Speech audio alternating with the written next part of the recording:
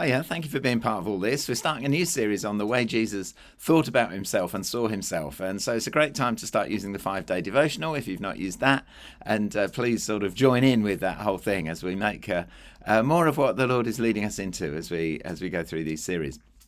So this time it was on I Am the Good Shepherd, where Jesus looked on the crowds and saw that they were like sheep without a shepherd, harassed and helpless. And it's good to think, isn't it, about the times when we've been harassed, helpless, vulnerable in the last couple of weeks, and then how the Lord has been our shepherd.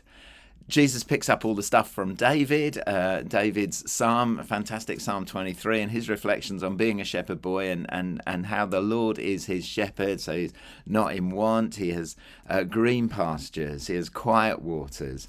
God restores his soul and leads him in paths of righteousness. And that example of a shepherd, I think Jesus pulls into everything he says about himself. This is what I want to do for you.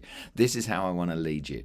And because you know me and I know your name and I will lead you and I will lay down my life for you. I found that a fascinating thing where the hired hand runs away. The shepherd obviously would stand and fight, but Jesus doesn't. He lays down his life. It's an understanding of how Jesus deals with the evil in the world as he takes it to himself and absorbs it into his own body on the cross, takes all of that pain, all of that vitriol and anger and hate and hurt and lust and greed and everything else into his own body, and then takes that into the tomb and he says, I have power to raise my life up again. And that claim to have that authority obviously made people think that he was mad or that he was insane or whatever, and or demon possessed, and then they said, but can someone like that open the eyes of the blind? And we've got this beautiful balance of Jesus claiming the most outlandish things to himself. I will be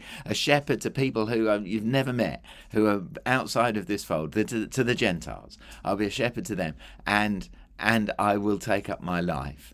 And yet the power to heal the sick, the power to captivate the crowd. And I just think that's such a beautiful thing about Jesus, and why I just long to know him better by keeping on reading the Gospels and getting into the Scriptures, allowing him to speak to me and for me to be shepherded by him.